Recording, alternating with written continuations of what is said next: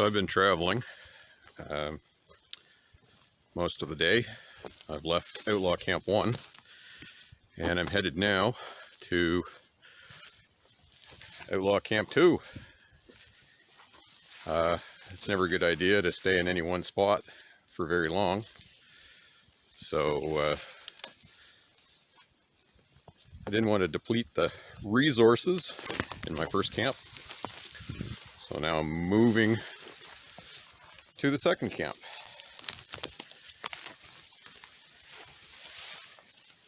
And the second camp is near a lake. So there's fish in that lake. And there's also fresh water, which are two things that I like. So I left this morning at about 6:30. And the sun had not quite come up yet, but I could see what I was doing. And I decided to go out through the swamp, not because I had to, but to frustrate anyone that was pursuing me, just to demoralize them a little bit. So I went out through the swamp and then doubled back on some high ground, where I probably left a trail if they decided to follow it, and then back out to the main road. And pretty hard to track me on the main road. So yeah, hopefully would have frustrated anybody that was on my trail, because it might not just be guys in armor. They may have employed other foresters to track me down. And once I was up the road, I was able to waylay some travelers. And on my way to Outlaw Camp 2, I was able to pick up some minor supplies. One of the staples in my head worked its way loose. I caught it on a branch, so I had to dig that out with my knife this morning, which I don't recommend if you don't have to. But now that that's taken care of, I'm here at a spot that pretty secluded, and should be able to make use of what's around me and the things that I picked up on the road this morning. Have maybe a more comfortable stay than in a mosquito-infested bog. I probably won't stay long here either. Again, it's good to move around until I find some kind of base camp where I can set up something a bit more permanent. So here I am at Outlaw Camp 2, and we'll see what we can set up. So down by the lake, we've got bog myrtle, as we do pretty much along the shore of every lake in the northern hemisphere. So I can use that to flavor anything I cook, which is probably not too much. Lots of spruce, pine tree over there, so I can have spruce and pine needle tea. Kind of rocky here, but there's patches of moss as well. And it's fairly open. I got good sight lines here, but there's this big open patch of moss, and if that's not too wet, I think that's where I'm going to sleep tonight, because that looks a whole lot better than last night, and there's not too much overhead as far as widowmakers go. More importantly, I won't be getting dripped on by pine pitch all night and getting pine pitch in my hair and all over me. So yeah, hopefully that will be a little bit better than last night's accommodations. Some kinds of mushroom or fungus here at Outlaw Camp 2. Again, I don't know too much about them, so I'm going to leave them alone. But I don't know, there's probably some mushroom expert laughing at me saying, "Oh, that looks pretty tasty." But I'm not a mushroom expert, so I'm going to rely on what I know. There's a big old patch of wintergreen here. So it's not very good to eat, but if you want something that doesn't taste like swamp, or if you want to get the taste of swamp out of your mouth, like I kind of do, put a couple of those leaves in your mouth and chew on them, and it's kind of like a piece of gum. It's got a wintergreen taste and gonna freshen your breath, so you don't reek. So that's good. So got our bed set up on that moss, And on the road today, I had an encounter with a bishop. And if you read the Jest of Robin Hood, bishops were bad dudes. The main antagonists of that story, the monks of St. Mary's. And he had a cart that was full of wool. So I was able to get some cloth that was used to bundle up wool. It's not too big, but there was the cloth used to bundle up the wool, and there was the rope that was used to tie the bundle shut, and that is an improved shelter. So yeah, a little bit of highway robbery, but the next thing I got to do is I got to get this really, really dirty, because white is not a color that is found in nature unless it's snowing out. So this is going to stick out like a sore thumb. But at Outlaw Camp 2, I'm a lot further away, and I don't have to worry about anybody finding me tonight. I've kind of left them in the dust. They're going to have to figure out where I have gone, and I've probably got a couple of days before they're able to track that down. But thanks to the bishop, who is running a bit of an extortion racket and has a monopoly on the wool trade, I've now got some shelter. So that's good. Plus I got a couple of other things from him too, because, you know, bishops don't just travel with wool. When they're going from monastery to market town, they bring food with them. And they also have a little bit of money, because, you know, they like to make change at those market towns. So I'm a little bit better off than I was at Outlaw Camp 1. So I've come through the woods to Outlaw Camp 2 after being on the road all day, and the sun is below the trees, and well, nobody's going to show up here tonight. There's no trail per se to get to this location. So they're either going to come across the water by boat, and I'm going to see them, or they're going to come through the woods here, and I'm going to hear them a mile away, unless they're incredibly skilled. And well, they're not going to come at night, because you just can't get through there. There is no trail. So today I was fortunate. On the main road, I was able to come across a fat bishop with a cart full of wool. And so I was able to get myself a piece of cloth in order to keep the rain off. So I'm slowly adding here at Outlaw Camp 2, slowly adding to my comfort. I was also able to get some food from the bishop. I was able to get a piece of cheese and sausage. The cheese that I brought with me on this outing is called Wensleydale cheese, which is a Yorkshire cheese, which dates back to the Middle Ages. And sausages, well, it's best you don't ask too much about where and how they're made. It's better to make them yourself. So yeah, it's almost dark. Probably got another 30 minutes of daylight left here.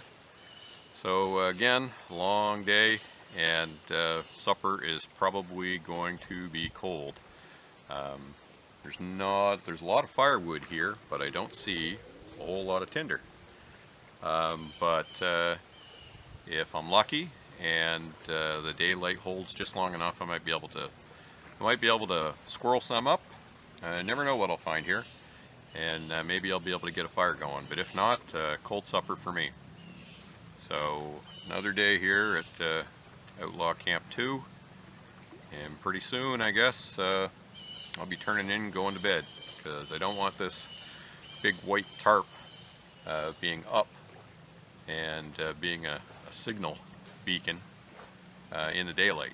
I don't mind using it after dusk when nobody's going to be around, but in the daylight it's hard to say if anybody's going to be around, so I don't want to be seen, and I'm going to work hard to keep it that way. So I was able to find a birch tree up in the woods, a few minutes walk out of camp. So now we've got some tinder, and I left home in such a hurry I don't even know if I've got my fire lighting kit on me, so. Oh, there it is. Yeah. Okay, good. And I know I haven't got much char cloth left, so I may have to figure out how to make some of that. There should be a little bit in here. Not much. So this could be problematic, as I like to say.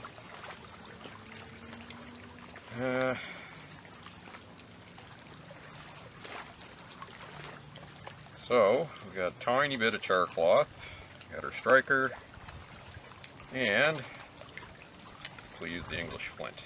English flint, put the cherk back. What else have I got in here that might help things? A tinder bag is full of dust. No help there. And yeah, so I have a piece of linen canvas in here, so if I can get a fire started, I'll be able to make some char cloth, hopefully. So the first thing I want to do is get my knife, and I gotta rough some of this up so it'll actually burn. Hopefully the wind doesn't screw things up for me. So I have lit fires this way in 20-30 seconds, and I've had them take 5 to 7 minutes.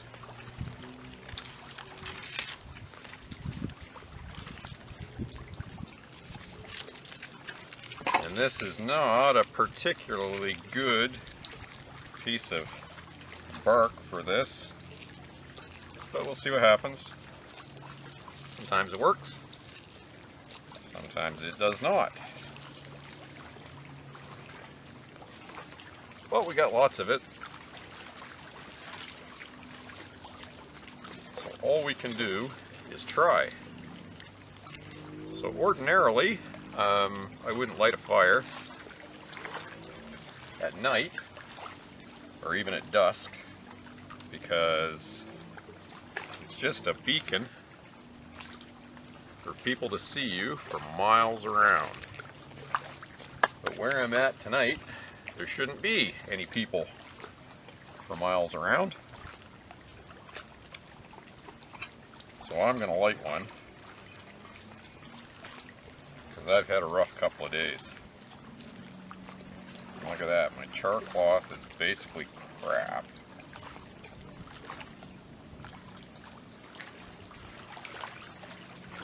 So I'm going to put the char cloth onto my flint here, see if I can strike a spark. I always leave my tin open in case a stray spark goes into it and catches a piece. Happy accidents.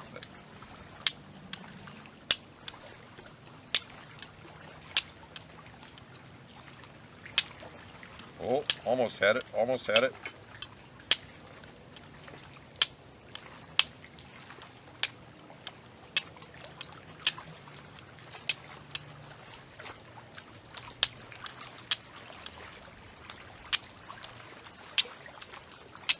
Lots of sparks, they're just not landing.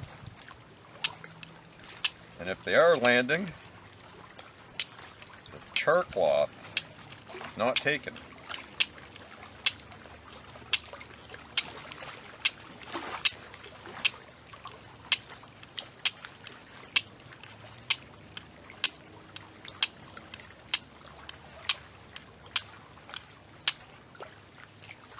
Maybe it is just too humid. Let's try this piece of char cloth.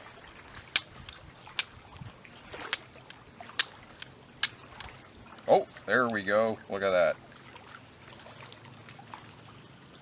That piece of char cloth is way better. So now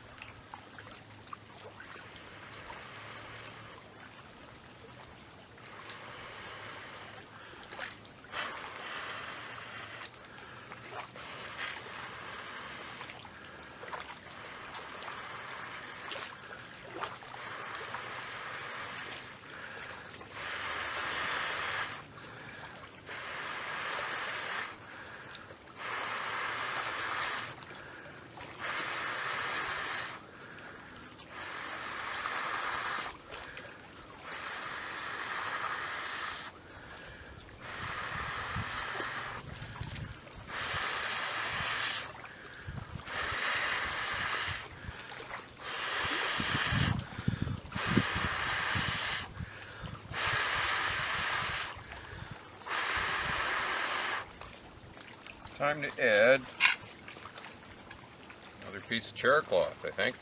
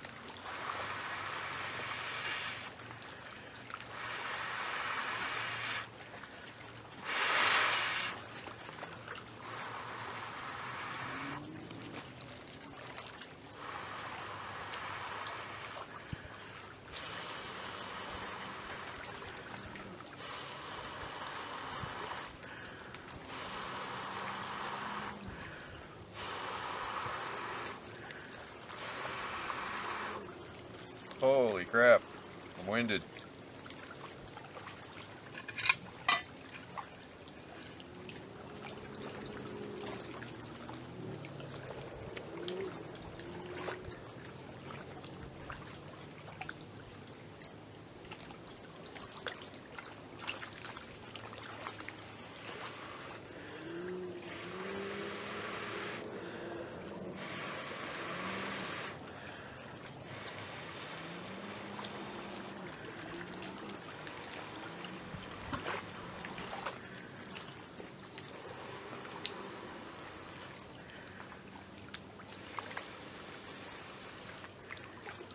Oh, I have made fire, and it burns.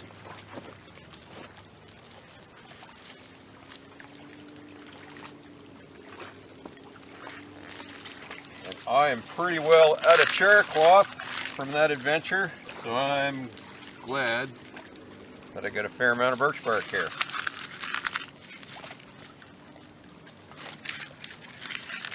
I am going to spare no expense with the birch bark.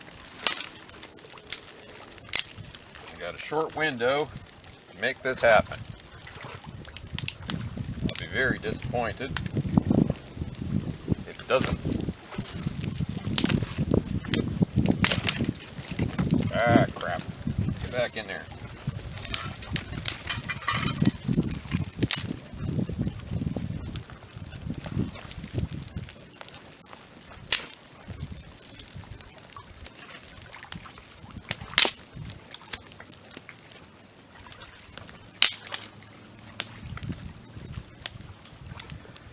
Alrighty, I'm going to call that a success, and I'm going to put my stuff away before I lose it, but I am now out of char cloth, so I got to rectify that. And I think I'm going to have to rectify that tonight, otherwise I'm going to have to go back to civilization and steal some. I suppose I could always use tinder fungus. There's all kinds of ways to skin a cat. So here at Outlaw Camp 2, there's nobody around, and I got my fire going, and I'm pretty hungry, but I never cook in the dark because I don't know what I'm eating. So it's going to be cold supper even though I got the fire going, but I'm going to enjoy it. And I'm going to warm up a little bit before I go to bed. And that's the end of the day here at Outlaw Camp 2. So it's after dark here at Outlaw Camp 2. And I've had a pretty full day. Here at Outlaw Camp 2, I was able to get a fire going, so I'm enjoying that now. Not a very smart thing to do from a security perspective. Normally you'd never light a fire at night because people can see it from so far away. But I am so far away from people right now that I feel comfortable doing it, and they're not going to sneak up on me in the middle of the night. And well, I'm probably going to be up before them, and I'm going to have my stuff torn down, and I'll be on the move again. But I do like this campsite. But what I need to do is need to look for some place that I can set up a more permanent base camp. So it's 6:30 in the morning or thereabouts, or I assume so because it's the same time I got up yesterday, and I didn't sleep that well last night. It was colder than is seasonal, and it rained, so I'm very happy to have had that piece of canvas over top of me. And while it was small, it kept most of the rain off most of the time, and even though it was windy, I was reasonably sheltered, so not a lot of rain was coming in sideways Scottish style. So it was a interesting night here at Outlaw Camp 2, and now we got to get the day started before the sun comes up. So being an outlaw in Anglo-Saxon times was probably one of the worst things that you could do. The Anglo-Saxons were not too concerned about punishment. They were more concerned about compensation. So if somebody wronged another person, the legal system allowed that they be compensated monetarily or through goods or by some means that was amicable to the party that was wronged. When the Normans took over England, they brought their justice system with them, and it was arbitrary and could be interesting, and a lot of people didn't like that. If a crime occurred and there were no witnesses, or even a civil dispute, the two parties could be ordered to fight to the death. And if they weren't nobles, there was a good chance that it wasn't going to be with swords. It could be with anything. It could be with a rock in a bag. You just don't know. There's one account of two men trying to fight to the death with like cow's horns or sheep horns or something. So a lot of people didn't like the Norman justice system, and so they chose to be an outlaw instead. By the 14th or 15th century, things were a bit more advanced. The proliferation of writing meant there were court rolls, and people could more easily be identified, records kept. And so they did away with the scarring and the cutting off of ears and noses and fingers like you would see in Norman times. And if a crime were to occur, civil or criminal, you'd be called before the court. And in order to make sure that you showed up, the sheriff of your county would come kick in your door and attach or seize any goods or valuables that you had, and they'd be forfeit to the crown if you didn't appear. And if you didn't appear 3 times for most crimes, you'd be made an outlaw. For some lesser crimes, if you didn't appear 5 times, you'd be outlawed. And if there were no goods in your name, and no land, no animals, nothing that the crown could seize, they could just go ahead and declare you an outlaw, although there was some paperwork involved. And when it came to things like murder and treason, just failure to appear in court that first time would have you branded an outlaw. As they say, more laws, less justice, but that's the way it works, and that's the way it works today. So there's still outlaws with us, even in this day and age, although mostly they just get canceled off the internet.